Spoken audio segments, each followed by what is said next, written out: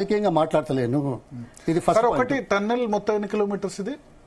మొత్తం 43.9 43.9. ఇప్పటి వరకు ఎన్ని కిలోమీటర్స్ కంప్లీట్ అయింది? దాదాపు 34 అయింది. 34. ఇంకా 9 కిలోమీటర్లు కావాలి. అంటే ఆల్మోస్ట్ 75% వర్క్ కంప్లీట్ అయింది.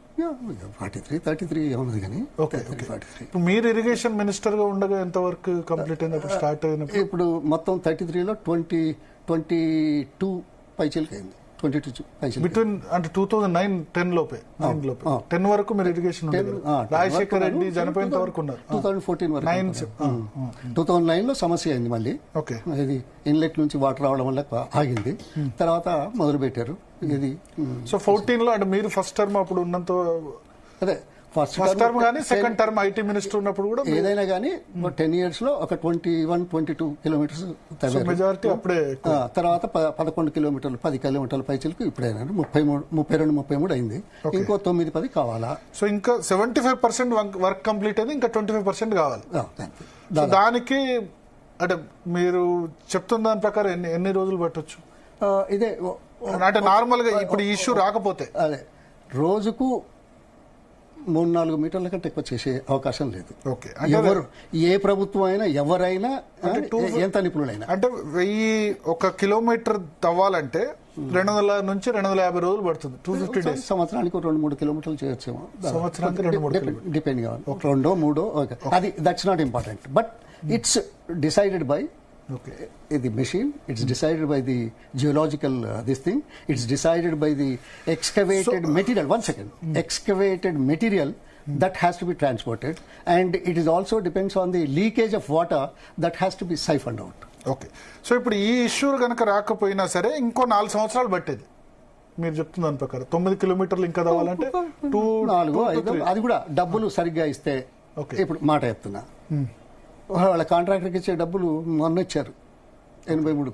వాడేమో అక్కడికి పై తీసుకురావాలా. ఇప్పటికీ 85 కోట్ల రూపాయల కరెంటు బిల్లులు అట్లాగే పెండింగ్ లో ఉన్నాయి.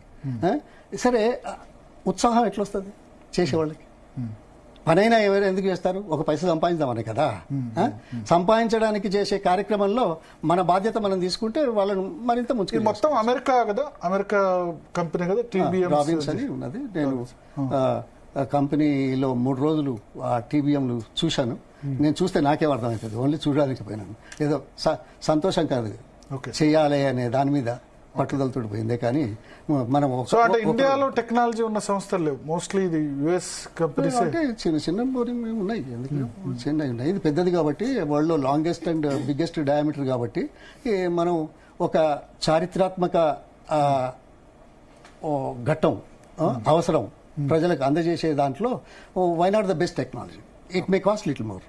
అప్పుడు మనకు లిఫ్ట్ ఇరిగేషన్ టెక్నాలజీ లేకుండే, ఇక ఓన్లీ గ్రావిటీదే. గ్రావిటీలో మనం తీసుకున్నాం, అది కథ. లిఫ్ట్ ఇరిగేషన్ టెక్నాలజీ 2013-14-10 తర్వాత కొంచెం డెవలప్ అయింది. అంతకుముందు కూడా ఉన్నాయి, బట్ చాలా లో level. But it's very expensive. And ప్రాజెక్టుల క్లియరెన్స్లు రావాలంటే మీకు ఒకటే మాట చెప్తా, లిఫ్ట్ ఇరిగేషన్లలో మనం ఎక్కువ స్టోరేజ్ పెట్టలేము. ఎందుకంటే లిఫ్టెడ్ వాటర్ ఎక్స్పెన్సివ్ కాబట్టి ఎక్కువ పెడితే మొదలు దానికి ఖర్చు ఎక్కువైతున్నది, సీపేజు, తర్వాత ఎవాపరేషన్ లాసెస్ ఉంటాయి. అందుకోసం తక్కువ స్టోరేజ్ తోటి వెంటనే ఏది ఆయకట్టుకు నీళ్ళు ఇవ్వడానికి చేసే ప్రయత్నం చేస్తాం. ఈ గ్రావిటీలో ఎంత ఏదైనా పెట్టుకోవచ్చు, చాలా తక్కువ ఖర్చుతో వస్తుంది. ఇది గుర్తించాల్సిన అవసరం. ఇప్పుడు ఆ టెక్నాలజీ కూడా బాగా అయింది కాబట్టి మనం చేసాం.